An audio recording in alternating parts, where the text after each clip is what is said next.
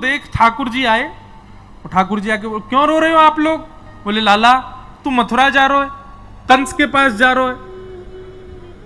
भगवान बोले 3 दिन के काजी तो जा रहा हूं, कल जाऊंगा परसों रुकूंगा, बाकी अगले दिन तो आ जाऊंगा मैं, और कल जाऊंगा परसों ही आ जाऊंगा, 2 दिन में ही आ जाऊंगा मैं तो। सब ब्रजवासी बोले लाला हम तेरे बिना एक क्षण ना रहे, आज तक जब से तेरा जन्म भयो है ऐसा कोई वृंदावन ब्रजवासी नहीं जिसने ठाकुर जी को नित्य निहारा ना हो। बोले लाला जे 2 दिन हम कैसे रहेंगे? ठाकुर जी थोड़े रूठ गए, बोले दुनिया के बालक घूमबे जामे, मोए तो ऐसा लगे तुम सबरे मुंह को घर में ही बुढ़ो कर लोगे या ब्रज से बाहर ही ना जान दोगे। अरे मैं तो बालक हूं, मेरा तो मन करे बाहर जावे को, मेरा तो मन करे घूमबे को। अरे कह दे ना परसों आ जाऊंगा, अब रोका ही को रहे हो। ठाकुर जी उदास है कि बैठ गए। तो सब ब्रजवासी बोले लाला की बात तो सही है। अरे भैया बालकन को मन करे घूमबे को, लाला को मन हेरो होगो। सब ब्रजवासी के बोले लाला तू ऐसे उदास मत हो, तू चलो जा, लेकिन सुन आ जाएगा ना, और जल्दी आ जाइयो लाला, इतना समय मत लगाइयो। ठाकुर जी बोले मैं परसों आ जाऊंगा।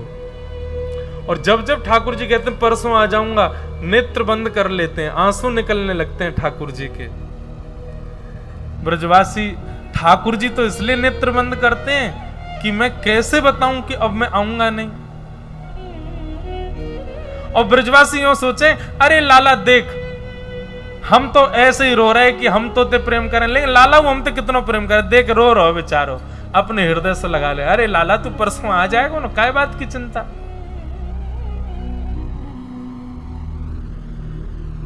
रात में यशोदा मैया के भुजा को तकिया बना करके ठाकुर जी यशोदा मैया के हृदय से लिपट करके सो रहे हैं। आंसू आ रहे हैं, बार बार यशोदा मैया के तन की सुगंधी को भीतर लेते हैं। बोले मैया मैं कैसे बताऊं कि अब मैं कल चलो जाऊंगा फिर कभी नहीं आऊंगा।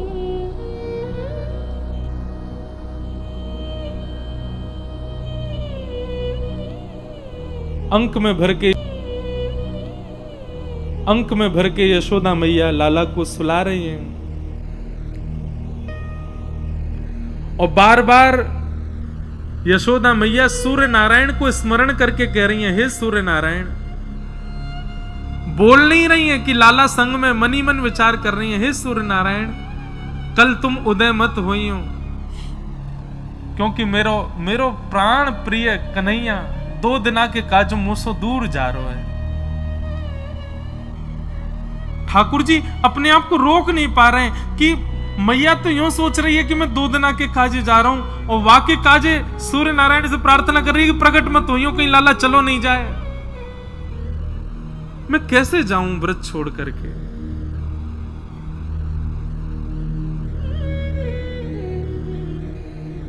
बार बार ठाकुर जी मन में विचार कर रहे हैं।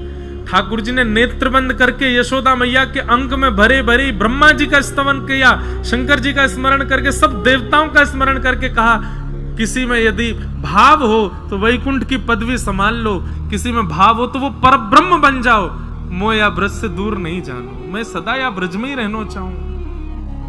अरे भैया या संसार को कोई और संभाल लो, मेरे बस की बात नहीं है, मैं अब इन ब्रजवासिन के प्रेम में बंध चुका हूं, मैं ना ही जा सकूं यहां से दूर।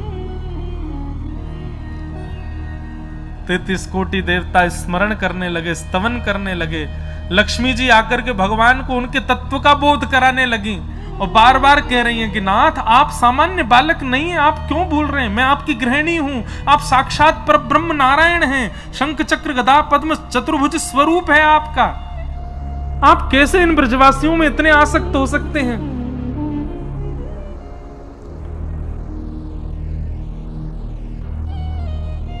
पर ठाकुर जी स्वयं को रोक नहीं पा रहे। प्रातःकाल सूर्य उदय हुआ, बाल कृष्ण प्रभु उठ गए। आज पूरे ब्रजमंडल में एक अलग ही शांति, कोई पक्षी चहक नहीं रहे हैं, गैया अपना चारा नहीं चबा रही हैं, सब ब्रजवासी कोई रात्रि गए नहीं, सब नंद भवन के द्वार पर ही बैठे हैं और सब एक टक बस द्वार की ओर देख रहे हैं। लाला 2 दिना के काजे हमसे दूर जा रहे हैं।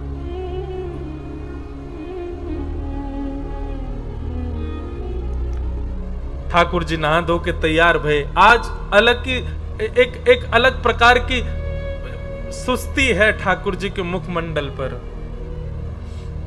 कोई सो नजर नहीं मिला पा रहे हैं। जैसे ही नंद भवन से बाहर निकल के आए, जहां तक दृष्टि जा रही है सब ब्रजवासी खड़े हैं और सब ब्रजवासी हाथ जोड़ करके कह रहे हैं, लाला तू परसों आ जाएगा ना? ठाकुर जी कह रहे हैं, हाँ मैं परसों आ जाऊंगा।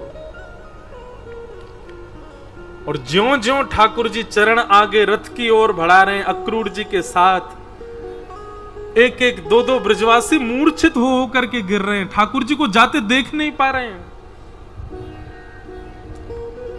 तभी पता नहीं क्या हुआ, अक्रूर जी के मन में आया कि ठाकुर जी यहां सब ब्रजवासियों से मिल रहे हैं और ये सब ब्रजवासी इस भ्रांति में है कि 2 दिन में ठाकुर जी आ जाएंगे।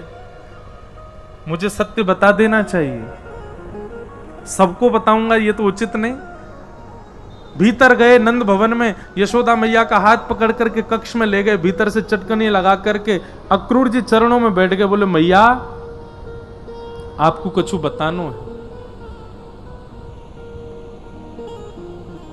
और अक्रूर जी ने सब बात बता दी, कैसे वसुदेव जी ने अपनो लाला आपके यहां लाके सुलाए दियो, आपकी लाली ले जाकर के कंस को दे दी, यही बालक सुरक्षा के लिए 11 वर्ष आपके यहां रहा, अब ये बालक पुनः अपने माता पिता के पास जा रहा है, या की माँ आप नहीं है, या की माँ देवकी मैया है, वो 11 वर्षों से कारागृह में बंद हैं,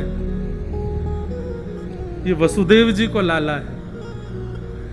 ये बात सुनकर के यशोदा मैया का तो मानो रक्त ठंडा पड़ गया। एक शव के भांति शरीर, पलक नहीं झपक रही है, नेत्रों से आंसू गिर रहे हैं, कोई मुखमंडल पर किसी भी प्रकार का आव भाव प्रकट नहीं है। और चरणों में प्रणाम दो, कोई को सत्य पतो चले यहां पर, इसलिए आपको बताया है। अब मैं जा रहा हूं, आपके बालक को कुछ नहीं होगा, ये परम सुरक्षित रहेंगे मथुरा में।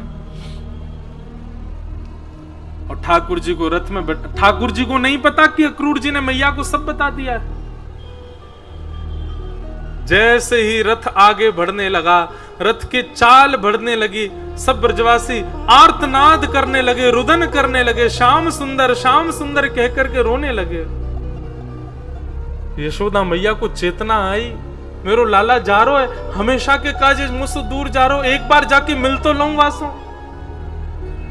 सब ब्रजवासियों को बीच से यशोदा मैया दौड़ करके, अरे लाला रुक जा, अरे कन्हैया रुक जा, अरे श्याम सुंदर रुक जा। यशोदा मैया को आते देख ठाकुर जी चलते हुए रथ में से कूद गए और दौड़ करके जाके यशोदा मैया के अंग से लिपट गए। यशोदा मैया ने एक एक अंग का स्पर्श किया, माथो, आंख, नाक, गाल, होठ, थोड़ी, एक एक अंग को मानो स्पर्श करके वाको भाव अपने हाथन में ले रही हैं। जैसे कोई नेत्रहीन व्यक्ति किसी के स्पर्श का सुख लेता है, ऐसे यशोदा मैया एक एक अंग के स्पर्श का सुख ले रही हैं। और अंत में ठाकुर जी के चरण छूते छूते मानो जैसे दंडवत कर रही हूं। ठाकुर जी लेट गए नीचे, बोले मैया जी कहा कर रही है तू? यशोदा मैया रुदन करते हुए बोली, लाला तेरी स्मृति अपने हाथन में ले रही हूं, क्योंकि अब या के बाद तो तू मुझको छुवे को कभी मिलेगा नहीं, मुझको सब पता चल गया, तू मेरो लाला नहीं है, तू तो देवकी को लाला है। मुझको अक्रूर ने आके सब बताई दियो। लाला ठाकुर जी को जैसे ये बात पता चली स्तब्ध हो गए, नाथ की मैया को क्यों बताया किसी ने? यशोदा मैया बोली, लाला मैं तो को रोकूंगी नहीं, लेकिन तो सो 2 वचन चाहूं। कहा, बोले पहलो वचन कि तू कभी मेरी शिकायत मत करियो देवकी सो, कि माखन खावे के पीछे मुंह को बांध दियो, मटकी फोड़वे के पीछे मेरे पीछे छड़ी लेके यशोदा भागी, ये सब बात कभी देवकी को मत बताइयो। और दूसरा वचन, तू जीवन भर देवकी की सेवा करियो, वाकई नेत्रन से कभी दूर मत जाइयो, क्योंकि मैं तो सह लूंगी लेकिन देवकी ना सह पाएगी, तू दूर गयो तो। दूसरा वचन ये चाहिए लाला, तू जीवन भर देवकी के संग रही हो, पर काउ दिना यदि तो को खबर मिले कि वृंदावन में यशोदा मैया अब मरणासन अवस्था में है, मृत्यु को प्राप्त होने वाली है, बस वास समय मेरे पास आ जाइयो लाला, मैं प्रतीक्षा करूंगी, अपने प्राणन को रोक के रखूंगी। जब तू सामने आ जाएगा तो को देख लूंगी, तेरे हाथन को स्पर्श कर लूंगी, तब प्राण निकालूंगी। बस मेरे अंतिम समय में मेरे सामने आ जाइयो लाला। ठाकुर जी बहुत रोए। मैया को हृदय से लगा लिया, बोले मैया मैं जीवन भर तेरो ही सुत कहाऊंगो ना लाला। तू बचपन में खूब कहतो कि मैया तू नाराज है जावे, मैं तो नंद बाबा को लाला हूं, तेरो ना हूं, वास में भी मुंह को व्याकुलता है जाए, पर आज अक्रूर ने आके बताई कि तू देवकी को लाला है। मैं पता ना क्यों जीवित हूं अभी तक लाला, ये निश्चित ही मेरे अंदर मातृभाव की कमी होगी, नहीं तो मेरे प्राण निकल जाने चाहिए। जा लाला सदा प्रसन्न रहियो, खूब राज करियो, तेरो ब्याह होएगो, खूब बढ़िया बहू आवेगी, बस या मैया को कभी भूलियो मत, अंतिम समय में मेरे पास आ जाइयो, और इन ब्रजवासियों को मैं देख लूंगी, इन सबन की चिंता मत कर, तू आगे जा अपनी मैया और अपने पिताजी के संग आगे को खूब सुंदर जीवन जियो, मेरो खूब आशीर्वाद। और ऐसा कह के यशोदा मैया वहीं मूर्छित हो गई।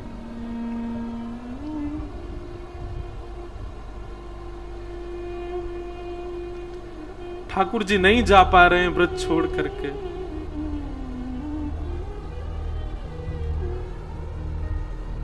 नंद बाबा आकर के लाल जी को संभाल रहे हैं, बोले लाला चल विलंब है रो है। सब ब्रजवासियों ने आकर के यशोदा मैया को उठाया, ठाकुर जी रथ में बैठ गए और मथुरा को प्रस्थान करने लगे।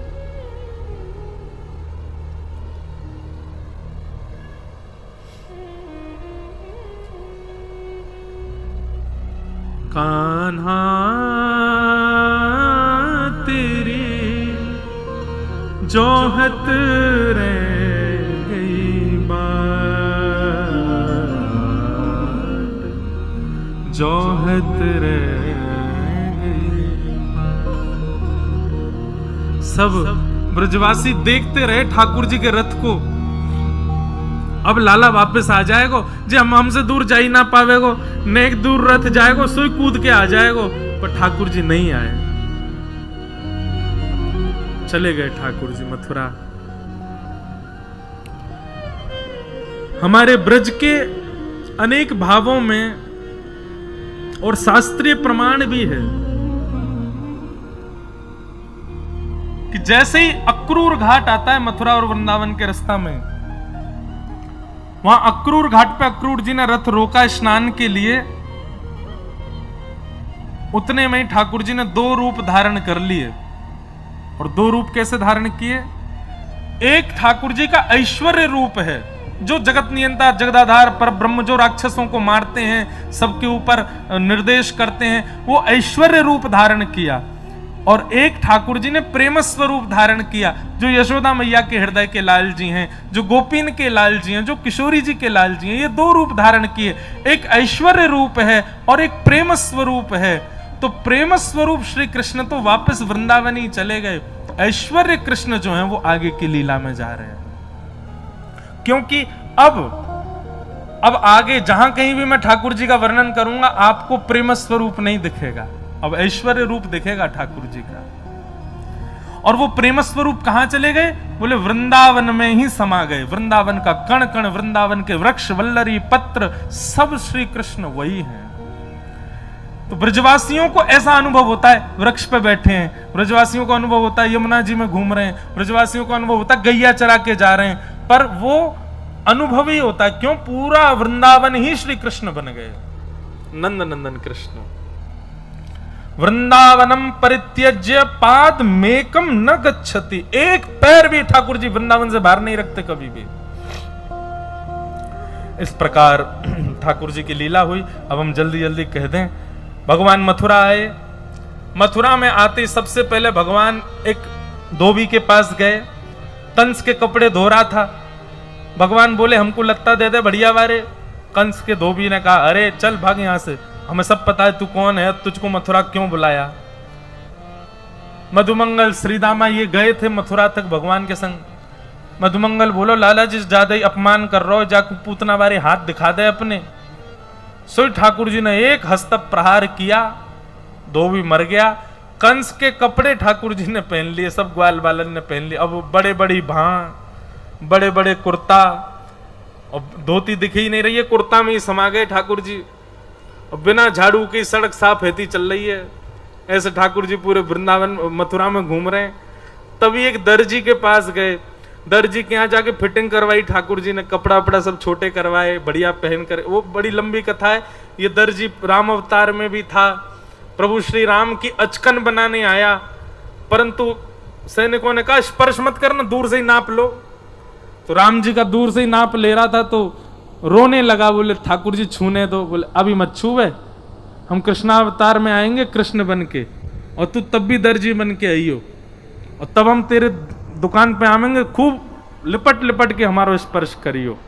आज ठाकुर जी गए तो देखते ही समझ गया, बोले ओहो ये तो पूर्व जन्म में राम जी थे, मैं तब दर्जी था। आए वहां ने तो दुकान उकान बंद करी, ठाकुर जी को खूब स्पर्श किया, खूब ठाकुर जी की सेवा करी, सुंदर वस्त्र बनाए। एक माली के यहाँ जाके भगवान ने माला पहनी, कुब्जा सामने से आ रही, वहां से भगवान ने चंदन लगवायो, वाकू सुंदर स्वरूप धारण करवा के वृंदावन भेज दियो। कुबलिया पीड़ हाथी था कंस के सभा में, पागल था वो हाथी, उसको नशा और करा दिया। भगवान के ऊपर आक्रमण करने गया, भगवान ने सूंड पकड़ करके आकाश में घुमा के वाकू पृथ्वी में फेंक दियो, वध है गयो। एक दांत ठाकुर जी ने रखो, दूसरा दांत बलराम जी ने, दोनों भीतर प्रवेश करने लगे। तभी वहां पर धनुष रखा था, भगवान श्री कृष्ण ने धनुष उठा करके एक प्रत्यंचा, दूसरी प्रत्यंचा, जैसे ही तीसरी प्रत्यंचा चढ़ा करके खींची, बीच से धनुष भंजन हो गया। आकाश में बादल गरजने लगे, पृथ्वी डामाडोल होने लगी। कंस बोला क्या हुआ, इतनी आवाज क्यों? बोले महाराज कृष्ण आए हैं द्वार पे। महाराज कंस तो वहीं घबराने लगे, नीचे मल्ल खड़े थे, 50 सीढ़ी ऊपर बैठा था कंस। बड़े बड़े मल्लों को कहा इसको मेरे पास आने मत देना, द्वार पे ही मार दो इसको। भगवान रणभूमि में प्रवेश कर रहे हैं, मथुरा के चारों ओर लाखों नरनारी ब्रजवासी सब बैठे हैं। और श्री शुकाचार्य जी वर्णन करते हैं, भगवान जब रणभूमि में प्रवेश कर रहे हैं तो मथुरा के लोगों को ठाकुर जी कैसे दिख रहे हैं। मल्लानाम निर्णीनाम स्मरस स्त्रीणाम स्मरो मूर्तिमान, गोपानां स्वजनो सतां चितभुजां शास्त्रा सुपित्रो शिशु, मृत्युर्भोजपतिर्विराट विदुषां तत्त्वं परम योगिनां, वृष्णीनां परदेवतेत विदितो रंगम गतः शाक्रज। जिसकी जैसी भावना ठाकुर जी वैसे दिख रहे हैं। बड़े बड़े पहलवानों को ठाकुर जी पहलवान दिख रहे हैं, छोटे बालकों को ठाकुर जी बालक दिख रहे हैं, कुमारी कन्याओं को ठाकुर जी अपने पति के रूप में दिख रहे हैं, बिना दांत वाले अम्मा बाबा को ठाकुर जी अपने नाती पोता के रूप में दिख रहे हैं, और 50 सीढ़ी ऊपर बैठे हुए कंस को ठाकुर जी अपनी मृत्यु के रूप में दिख रहे हैं। आई मेरी मौत। भगवान गए, मल्लों को प्रणाम करने लगे, जय वो सब मामा जी हैं हमारे, मथुरा में सब मामा है। मल्ल बोले आओ प्रणाम मत करो, युद्ध करो। बोले हम पे तो युद्ध करना आवे ही ना है। बोले अच्छा ये पूतना उतना कौन ने मारी फिर? ठाकुर जी बोले कंस से पूछो, जाने सबरी मरी मराई भेजे वहां पे, एक जिंदो नहीं आए हो, सबरे स्वयं ही मर के आए। ठाकुर जी की बात तो ऐसी देखने में ऐसे लगा नेक्स्ट सब बालक। मल्ल बोले नहीं हमसे युद्ध करना पड़ेगा। एक मल्ल जैसे ही भगवान के पास गयो, भगवान ने एक हस्त प्रहार किया, एक हस्त प्रहार में नीचे गिर गो, उठ ही नहीं पाए। दूसरो मल्ल आयो, भगवान ने मुष्टिक प्रहार करी, महाराज स्टेडियम से बाहर गयो जाके। ऐसे कर करके सबरे मल्ल मार दिए ठाकुर जी ने। 50 सीढ़ी ऊपर बैठे कंस को ठाकुर जी ने देखा। कंस को घबराहट, भगवान का ऐसा स्वरूप है कि जो देख ले वो पिघल जाए, पर कंस को घबराहट हो रही ठाकुर जी को देख के। भगवान ने बलराम जी को प्रणाम किया, सब मथुरावासी को हाथ जोड़ करके दंडवत करी, और एक छलांग मार के भगवान ऊपर पहुंचे। वहां को मुकुट दूर फेंक करके केश पकड़ लिए, दूसरी भुजा से चरण उठा लिए, आकाश की ओर उठा करके सब मथुरावासी को दिखा करके 50 सीढ़ी ऊपर से नीचे पटक करके एक छलांग मारी, वहां की छाती पे जाके बैठे और कंस को गोविंदाय नमो नमः। बोलो कंस मर्दन भगवान की। मथुरा के लोगन के मुंह खुले रह गए, आंख खुले रह गई, और सबरे घबरा में बोले कि मर गो कंस। भगवान ने चारों ओर देखी, बोले विश्वास ना हेरो दिखे। एक पैर उठाया कंस का, पूरी रणभूमि में उसके देह को घुमाया ठाकुर जी ने, और सबन को जब दिख गई कि हाँ कंस मर गयो, सबरे कूदे बीचे रणभूमि में, ठाकुर जी को उठा लियो, नाचन लगे, सब गान लगे, जय जयकार करने लगे। बोल कृष्ण कन्हैया लाल की, कंस मर्दन गोपाल की, देवकी नंदन गोपाल की, जय जय श्री राम। सब ब्रजवासी आनंद में भर गए, आनंद करने लगे। अब भगवान ने देवकी, अब हम थोड़ा जल्दी करें, देवकी और वसुदेव जी को मुक्त किया, उग्रसेन को मथुरा का राजा बनाया। भगवान कभी राजा नहीं बने, ना मथुरा के ना द्वारिका के, राजा हमेशा उग्रसेन ही थे। भगवान कभी सिंहासन पर नहीं बैठे, पर प्रेम से सब उनको कहते थे राजाधिराज महाराज देवकी नंदन वसुदेव नंदन मथुराधीश भगवान की जय। भगवान सांदीपनी गुरुकुल पढ़ने के लिए गए, वहीं सुदामा नाम के मित्र ठाकुर जी को मिले। लौट करके भगवान जब पुनः मथुरा आए, ब्रज की बहुत याद आई, तो भगवान ने उद्धव को वृंदावन भेजा। उद्धव शाम तक की कह के गए थे, शाम को वापस आ जाऊंगा, 6 महीना में लौट के आए वृंदावन से, और प्रेम के ऐसे रंग में रंग करके आए कि आके ठाकुर जी को हाथ पकड़ो, बोले चलो मेरे संग वृंदावन, कहीं नहीं रहना मथुरा में, वहीं रहेंगे गोपीन के बीच में, ब्रजवासीन के बीच में। ठाकुर जी ने उद्धव से कही, उद्धव ये सब ब्रजवासी गोपी मेरे संगी रहते हैं, कोई अलग नहीं है, केवल तुम्हारे चित्त में प्रेम प्रकट करने के लिए पूरी लीला हुई थी। मथुरा पर कंस के ससुर जी जरासंध ने चढ़ाई कर दी, मेरे दामाद को मार दिया, और एक नहीं 17 बार चढ़ाई की मथुरा पर। हर बार कृष्ण बलराम ने मिलकर के पूरी सेना को मार दिया, अकेले जरासंध को छोड़ देते। हर बार जरासंध फिर जाता, फिर से सेना इकट्ठी करके लाता, फिर चढ़ाई करता, भगवान फिर छोड़ देते। अब की बार जरासंध ब्राह्मणों की सेना लेकर के आया, या ब्राह्मणों को अनुष्ठान पर बैठा करके आया, तो ब्राह्मणों के हित के लिए भगवान ने मन में विचार किया, बोले कि भैया ब्राह्मणन को कहीं श्रम नहीं है जाए।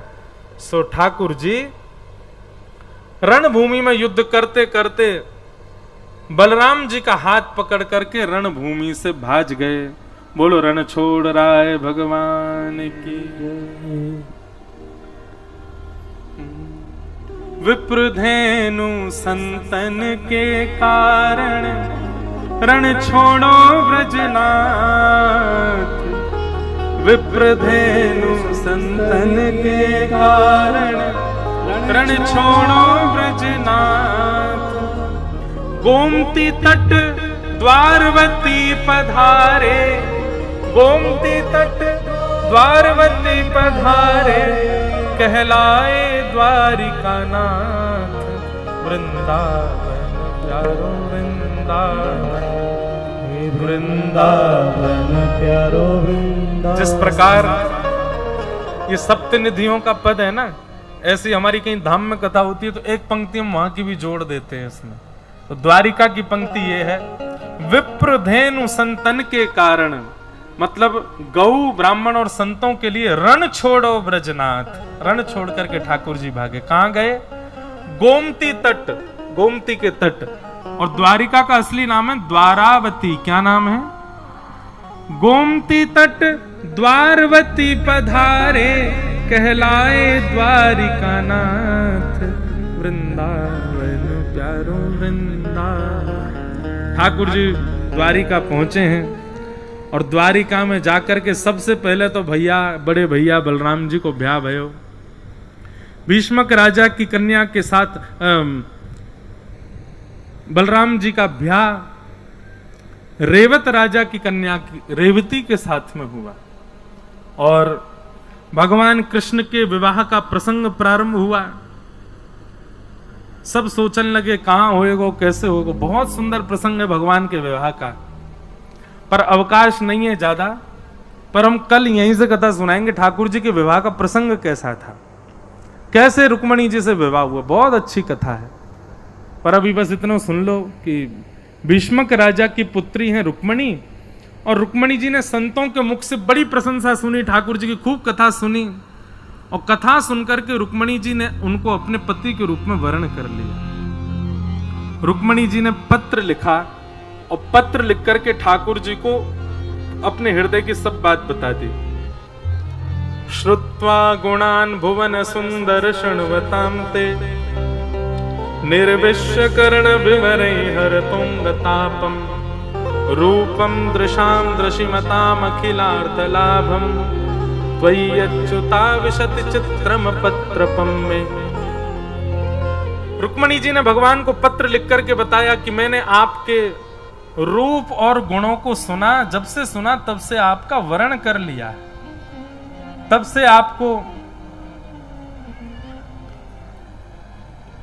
से आपको अपने पति रूप में मान लिया है। आप आकर के हमारा वर्ण करो। बहुत सुंदर पूरे 7 श्लोक हैं रुक्मणी जी के। एक एक श्लोक में इतना सुंदर भाव रुक्मणी जी कहते हैं। कल हम ये श्लोक की भी व्याख्या विस्तार से करेंगे। रुक्मणी जी ने पत्र लिख करके भेजा। ब्राह्मण सुदेव नाम के ब्राह्मण गए और जाकर के भगवान को पत्र सुनाया। पत्र सुनते ही ठाकुर जी खड़े हो गए, रथ में जाकर के बैठे, सुदेव ब्राह्मण को बैठा करके सीधे कौंडिन्यपुर आए। और कौंडिन्यपुर आकर के भगवान ने, रुक्मणी जी देवी पूजा के लिए जा रहे हैं। आहा, जय जय गिरिवर राज किशोरी, जय महेश मुख चंद्र चकोरी। हो मैंने मेहंदी लगाई रे कृष्ण नाम की, हो मैंने मेहंदी लगाई रे कृष्ण नाम की, हो मैंने मेहंदी लगाई रे कृष्ण नाम की, हो मैंने मेहंदी लगाई रे कृष्ण नाम की, हो मैंने बिंदिया सजाई रे कृष्ण नाम की, हो मैंने बिंदिया सजाई रे कृष्ण नाम की। मेरा जीवन है कृष्ण, मेरा जीवन है कृष्ण, हो मेरा जीवन है कृष्ण, मेरा जीवन है कृष्ण, हो मेरा जीवन है कृष्ण, मेरा जीवन है कृष्ण, हो मेरा जीवन है कृष्ण, मेरा जीवन है कृष्ण। हो मैंने बिंदिया सजाई रे कृष्ण नाम की, ओ मैंने बिंदिया सजाई रे कृष्ण नाम की, हो मैंने मेहंदी लगाई रे कृष्ण नाम की, ओ मैंने मेहंदी लगाई रे कृष्ण नाम की। मेरे नैनों में गोकुल वृंदावन, मेरे नैनों में गोकुल वृंदावन, मेरे प्राणों में मोहन मन भावन, मेरे प्राणों में मोहन मन भावन। ओ मेरा जीवन है कृष्ण, मेरा जीवन है कृष्ण, ओ मेरा जीवन है कृष्ण, मेरा जीवन है कृष्ण। ओ मैंने माला सजाई रे कृष्ण नाम की, ओ मैंने माला पहराई रे कृष्ण नाम की, ओ मैंने मेहंदी लगाई रे कृष्ण नाम की, ओ मैंने मेहंदी लगाई रे कृष्ण नाम की, ओ कृष्ण नाम की, हाँ कृष्ण नाम की, ओ कृष्ण नाम की।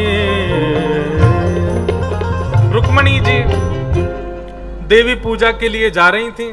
पत्र में रुक्मणी जी ने पहले ही लिख दिया था कि परसों हमारा विवाह है, कल हम रुक्मणी देवी पूजन के लिए जाएंगी, आप कल ही आकर के हमारा वर्ण कीजिए। तो भगवान एक ही दिना में द्वारिका से कौंडिन्यपुर आ गए, और जैसे ही रुक्मणी जी देवी पूजा के लिए गईं, भगवान वहीं उपस्थित हो गए। भगवान के रूप लावण्य को देख, एक तो ठाकुर जी सुंदर, और ऊपर से ऐसा श्रृंगार करके गए, ऐसा श्रृंगार करके गए महाराज जितने सैनिक रुक्मणी जी की सुरक्षा में थे सब ठाकुर जी को देखते ही रह गए। रूप माधुरी का दर्शन करके सब भूल गए हमको रुक्मणी जी की रक्षा करनी है। और ठाकुर जी बीच सैनिकों से रुक्मणी जी का हरण करके द्वारिका ले गए। रुक्मणी के भाई रुक्मी ने बीच में रोकने का प्रयास किया तो भगवान का थोड़ा सा उसके साथ युद्ध हुआ। बलराम जी ने आकर के शांत किया। रुक्मणी जी को द्वारिका ले गए। वसुदेव देवकी ने पूछा, लाला जे कौन है? ठाकुर जी बोले, मोए ना पता, इनते ही पूछो कौन है। रुक्मणी जी तो पूछी, आप कौन हो? बोले, आपके लाला हमारो हरण करके लाए हैं। वसुदेव जी बोले, लाला जे कोई मक्खन है जो तू हरण कर लायो है? कम से कम ब्याह तो डट के कर ले, सब चीज हरण करके करेगो। ठाकुर जी बोले, देखो पत्र, इनने स्वयं लिखो है पत्र में कि हमारो वर्ण करो। हमने तो इनकी इच्छा पूरी करी, अपनी इच्छा से हमने कछु नहीं कियो। वसुदेव जी बोले, अब इच्छा बताओ। बोले, इच्छा ये है कि अब वर्ण कर ही लिया तो इन्हीं से ब्याह करेंगे। तो वसुदेव जी बोले, ऐसे ब्याह ना होगा, लाली वापस जाएगी कौंडिन्यपुर, बढ़िया सजावट होगी, बारात लेके हम जाएंगे और ब्याह करके तब लाली को लाएंगे। भागवत जी में वर्णन है, रुक्मणी जी का पूरा परिवार राजी था ठाकुर जी से विवाह के लिए, केवल उनका भाई राजी नहीं था। क्यों? क्योंकि रुक्मणी जी के भाई रुक्मी के सखा है शिशुपाल, और शिशुपाल का घनिष्ठ सखा है मथुरा पर जिसने चढ़ाई की, कंस का ससुर जरासंध। तो जरासंध भगवान को अपना शत्रु मानता है। इस नाते से मेरे सखा के शत्रु हैं कृष्ण, इस नाते से रुक्मी भगवान को शत्रु मानता था। और शिशुपाल जो है रुक्मी का सखा शिशुपाल, ये भगवान की बुआ का बेटा है। इससे रुक्मणी जी का विवाह पक्का हो गया था, पर भगवान पहले ही हरण करके ले गए। तो वो वैसे ही बहुत गुस्सा में बैठा था, ठाकुर जी से बड़ी शत्रुता मान ली उसने। लेकिन घर के लोगों ने कहा, एक व्यक्ति के नाराज होने से ब्याह नहीं रुकेगा, ब्याह तो होगा। और महाराज पूरे कौंडिन्यपुर को सजाया गया। ठाकुर जी द्वारिका से बारात लेकर के आए और दुल्हा बनकर के जब लाल जी पधारे, आहा, एक तो इतने सुंदर, ऊपर से दुल्हा और बन आए। कौंडिन्यपुर की सब गोपियां ठाकुर जी को गारी देवे के लिए खड़ी भई। जमाई को गारी दे में जैसे दुल्हा आए, सब कहने लगी, मुकुट धर सांवरे रे लाला। अच्छा, इतनी जल्दी? खड़े रहो वहीं पर, अभी ब्याह नहीं होगा जब तक हमारी इच्छा नहीं। काय को आ गए? खड़े रहो वहीं पर। कह रहे हैं ठीक है। कैसे बोले लाला। रुक्मणी जी क्या प्रतीक्षा कर रही है? ये देखो, ये आनंद है अपनों, छोटी छोटी दो लाली कृष्ण रुक्मणी बनी है। जैसे ही ठाकुर जी आए तो सब गारी देने लगी। कहा गारी दे रही है? मुकुट धर सांवरे रे लाला, दोए बापन के जाए। ओहो, इनके दो दो पापा जी हैं। एक द्वारिका में बसे रे लाला, दूजे गोकुल राय, मुकुट धर सांवरे रे लाला, दोए बापन के जाए। महाराज जैसे ही गारी देने लगी, ठाकुर जी अब तक तो नीची नजर करके बैठे।